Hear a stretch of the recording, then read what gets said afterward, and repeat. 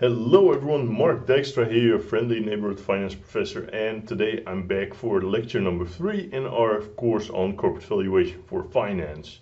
And today we're going to talk about frameworks for valuation. So what I'm going to do is first of all show you how to value an enterprise using DCF analysis, so discounted cash flow analysis, which is by far the most used way to value any company that the professionals use. And then after that, I'm going to, as they say, show you that there's more than one way to skin a cat, but in a more animal-friendly way, because I'm going to show you that there's more than one way to value a company. So I'm also going to talk about discounted economic profit and adjusted present value models, which are alternatives to the standard enterprise discounted cash flow analysis, which work in very similar ways and should give you the exact same answers. So I'll show you a little bit about that. And then at the end, I'll talk a little bit about levered and unlevered cost of capital, and mainly why do different companies, different books use different approaches to levering and unlevering equity betas. But first, I'm going to start a little bit with enterprise discounted cash flow analysis, so DCF analysis. So what are some of the philosophical bases? What are some of the steps that you need to go through when you're doing this type of analysis? So in the McKinsey book, there's 5 frameworks that are, they are well-known frameworks for valuing a company. I'm going to focus on the first 3 and mainly focus on the first one. So most people for that value a company will do a DCF analysis. So what do you do for DCF analysis? Well, you take the cash flows and you discount them. What's in the name? And that is that works very well for projects, businesses, companies that manage their capital structure at a certain target. But you also have alternatives. So some of the main alternatives that are used are, first of all, discounted economic profits. It's very similar to DCF analysis, but rather than focusing on cash flows, they focus on economic profits. And the big advantage, and we'll get to that, is that you can see exactly where your economic profit is generated. It gives a much clearer insight to that than standard DCF analysis does, and we'll get to that.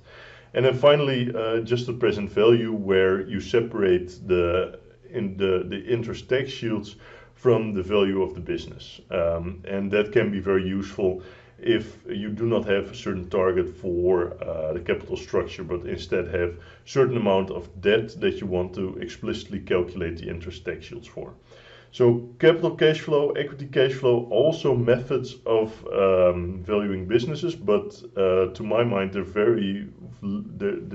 hardly used, but something to note, so I'm not going to discuss them, but read them in the book.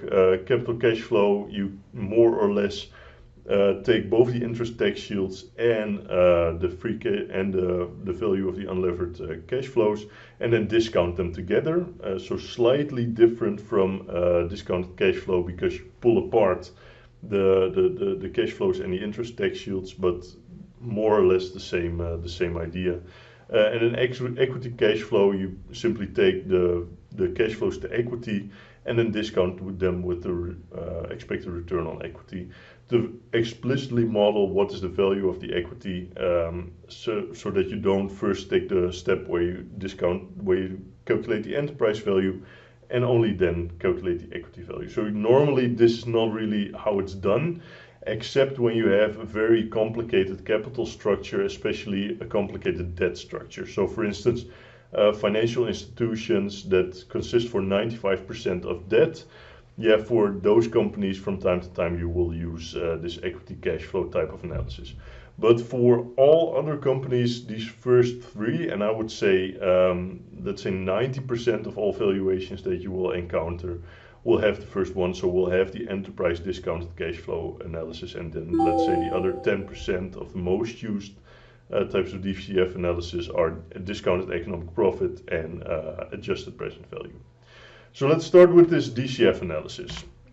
So DCF analysis, if you value a company, you can more or less either do one of 2 things. So first of all, you can calculate what is the free cash flow to the firm, or you can calculate what are the free cash flows to the financial claimants. So what are what is the value of the free cash flows to the debt holders? What is the value of the cash flows to the equity holders? And they should come to the exact same value. What we're going to do is focus on free cash flows to the firm. So value, what is the value of the firm? And then to calculate the value of the equity to the firm, typically what we'll do is first calculate the value of the firm, subtract the value of debt, and then what's left over is the value of the equity. So why is this more useful than, let's say, valuing the cash flows to the claimants? Well, because then you can also calculate the enterprise value of a multi-business company. And that can be very useful if a company, for instance, changes over time. So in the rest of the lecture, we're going to talk a little bit about Netflix as a prime example here. And for instance, Netflix in the past, before, let's say 2010 or so, was mainly a DVD rental company. So what they would do is mail out DVDs to people that would watch DVDs at home. Then those people would send those DVDs back. And then, they would rent it out to another customer.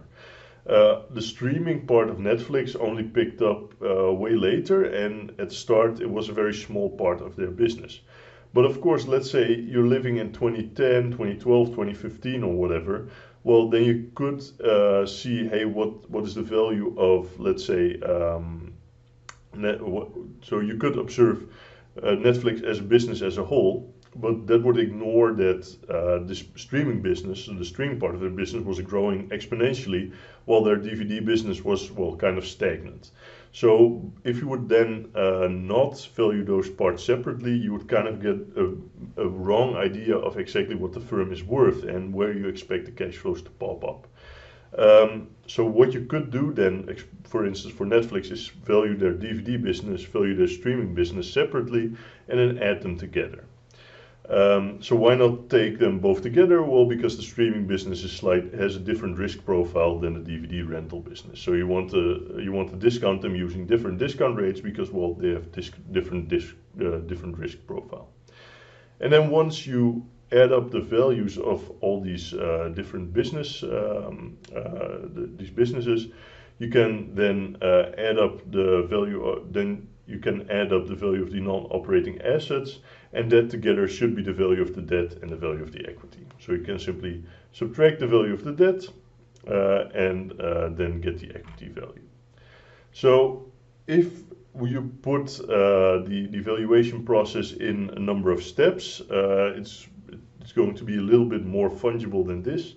But if you want to put it into 6 steps, and 6 steps that we're going to go through during this lecture, you can start with looking at some historical performance. So where's the company coming from? In the next lecture, we're going to talk a little bit about how to reorganize the financial statements so that they become very useful for valuation. And you just want to get a good sense of, hey, what is this company like? What is its return on invested capital? What was growth like in the past? What can we expect for growth in the future? Then once we have a good sense of, hey, what does the company look like right now? So based off its historical performance, we can start forecasting financials, estimate continuing value, and, well, 3 and 4 more or less go into one step, because to estimate the continuing value, you also need to estimate the cost of capital. And then once you have the cash flows, you have the cost of capital, you can calculate what the enterprise value is, and then turn that into an equity value. And then finally, well, that's why it's this arrow goes round and round and round. You want to calculate your results, interpret your results, check with, for instance, the market value of the firm. Is that approximately in accordance with what you found in your valuation? If not, well, recheck your assumptions or check why the market values has such a different value compared to you. So let's do this for Netflix. Let's go through some of the steps. So first, let's start by analyzing their historical performance. So for instance, looking at their return on invested capital. And for this kind of stuff, it's usually somewhat helpful to visualize this stuff. So I put this into some graphs. So rather than only looking at the most recent return on invested capital, I want to get a little bit of sense of, hey, where is it coming from? So for instance here you see that over time their return on invested capital has been more or less somewhat stable between 10 and 20%. So this is somewhat lower than I would have anticipated because, well, it's this kind of tech firm, so relatively low overhead. Seems like very successful type of business, so I would expect kind of like a higher return on invested capital. And there's a good reason, there is a reason why the return on invested capital is relatively low, and I'll get to that in near the end of the lecture. But for now, just purely looking at the return on invested capital, at least it's somewhat stable. It's not the steady decline that we kind of saw in lecture number 2. But yeah, return on invested capital steadily between 10 and 20% seems absolutely fine. So if we then look into how to exactly calculate this return on invested capital from their annual report, well, I took the most recent annual report. So for now, their 2020 annual report is not in yet. So I focused on their 2019 annual report.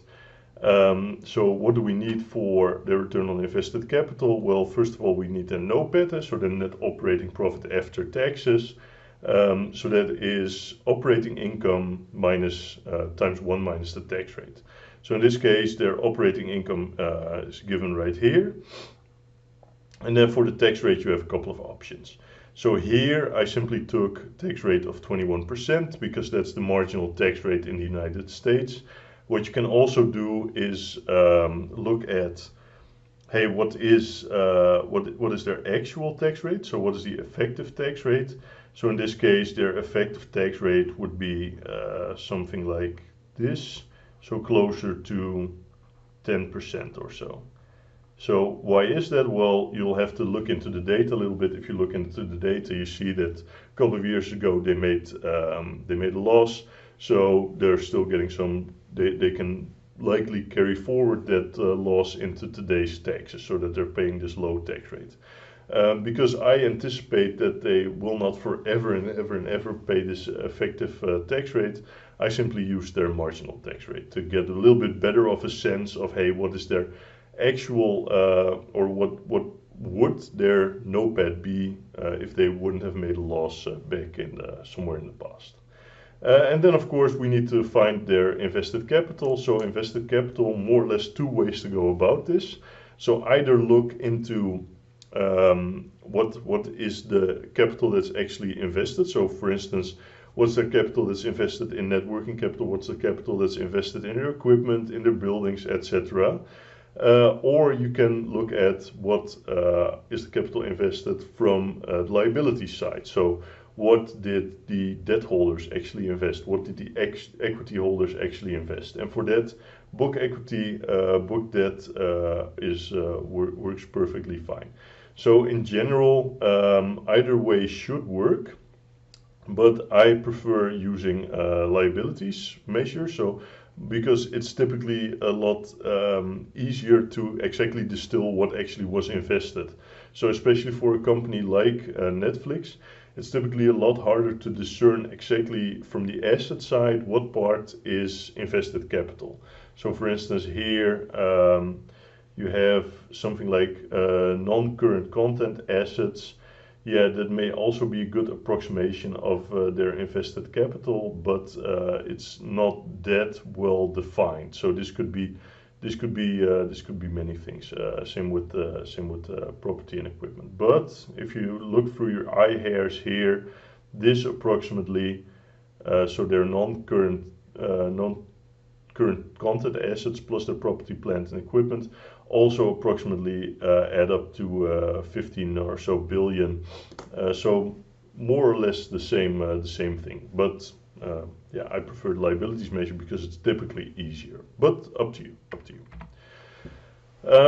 Then once you have a good idea of, hey, where does Netflix come from, maybe you can get an idea of forecast. So what do you do for forecast? Well, typically look also into the past. So for instance here I looked at Netflix's revenue growth over the past 10 years or so, and here you see that their growth is pretty steady around 20 to 30%. So Not really the pattern I would expect. So more or less the pattern you would expect is very high growth, kind of leveling off. Of course, that's not what we observe. If we then look a little bit deeper into reports on why Netflix is growing, well, let's say 2010, 2012, this is approximately when they really started making a big push in terms of their streaming content. So before, let's say 2010, they were mostly a DVD rental place. And then only in 2010, I think 2012 is when they expanded to Europe. So that's why, yeah, their business was growing by a lot afterwards, because, well, essentially they were transitioning into a new type of business. So it kind of makes sense. Even though I would expect that somewhere in the future, at least, this is going to level off.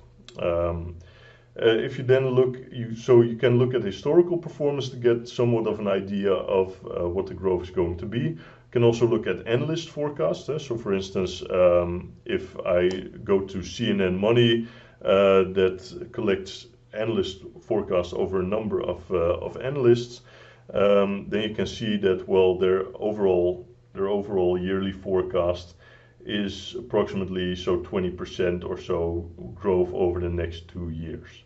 So that is also a good way to kind of look into what can I expect for the future. But of course, make up your own mind. Make sure that, hey, the story that you're telling is consistent with your numbers. You can also dig a little deeper into, okay, but suppose we have a certain number for our revenue growth, certain expected revenue growth. We can also ask ourselves, yeah, but what are the components of that revenue growth? How do they grow? So is this mainly a growth in profits, or is this mainly a growth in sales, or that simply is followed by same type of growth in cost of revenues? And then, so if I kind of divide the composition of that revenue, I see that Netflix is actually becoming a lot more profitable over time. Here, the top part, so the light blue part here, seems to be growing quite well. And if I then look a little closer, I see that this technology and development is sort of declining. This SG&A, the type of overhead types of expenditure, is also declining, and these are somewhat consistent with a company that's experiencing economies of scale. And so if I think about Netflix as a company, well, what are the big investments? Well, their big investments are going to be in their content library, and their content library is kind of like this fixed cost. So even though if you have additional subscribers to Netflix, yeah, that's going to increase your costs a little bit, because, well, you need a bigger server park, for instance, to ensure that you can actually deliver all this data to all your customers. But it's not going to grow. It's not going to grow as quickly. So because you have such big fixed cost component, you will experience lower average fixed cost per customer as you attract more customers. So this is pretty consistent with a company that's experiencing economies of scale. If we then also look into other costs, so this red bar here is a bit hard to discern, but it seems like their marketing expenses are growing by a lot as well. So strangely here they're declining again, but let's say their marketing expenses are growing by a lot. So this makes a lot of sense to me, because last year, the year before, is really when their main competitors, so Disney Plus, Amazon Prime, really started pursuing these aggressive strategies. So by now I'm pretty sick of all these Amazon Prime commercials. Have you seen The Boys? Yes, I've seen The Boys. Your aggressive strategy worked on me. So in order to kind of make sure that they won't lose all their customers to these new parties, yeah, it's highly likely that their marketing budget needs to expand more as well, simply to retain their customers. So that just gives you a little bit of an idea of not only what can you expect in terms of revenue growth, but also how can you expect what can you expect for the individual components of this revenue growth. Then, of course, we're all in finance, so we care about free cash flows. We don't care as much about numbers in the books. We care about the cold hard cash that we need to invest, and that then we get in return as profits. So free cash flows, formula for free cash flow I have down here. So that's NOPAT minus the net capital expenditures minus change in net working capital. So net operating profit after taxes minus what you put back into the firm. So you need to reinvest into the firm, reinvest in net working capital, because well, if you want to grow, then you need to reinvest into your firm. So for Netflix, for most, let's say, typical companies, this net capital expenditures, you simply look for, hey, where are the capital expenditures? Let's see right here. So for instance here, I would simply look into cash flows from investing activities and look at, hey, what are the purchases of property and equipment? So for Netflix, these are quite low. But of course, that's not the main big investment that Netflix is making. So the big investment that Netflix makes is in its addition to its streaming library. So it needs to produce its own movies and series. It wants to buy up movies and series from other platforms, and that's really where what kind of like the stock of Netflix is all about. So I would say that these additions to the streaming to the assets to the streaming content is really an investment. So this should be seen as capital expenditure. So if we then subtract this capital expenditure, so this amount of money here. Rather than taking capital expenditure minus depreciation, we can take additions to the streaming content minus the amortization of the streaming content, and get a good approximation of what their investing activities are. And then we find this fairly negative free cash flows. Does this make sense that we find these highly negative free cash flows? Well, yes, it does, because if you Google a little bit on Netflix, it seems that they're making this big push in terms of producing their own content in order to attract more customers or to retain most of their customers. So they're doing these heavy investments, and it seems to make sense that that's why their free cash flows are so negative. So this is more or less on how to estimate free cash flows for right now, how to translate them into free cash flows into the future, what stuff to look for. In next part, I'm going to talk a little bit about how to estimate terminal value. Be right back.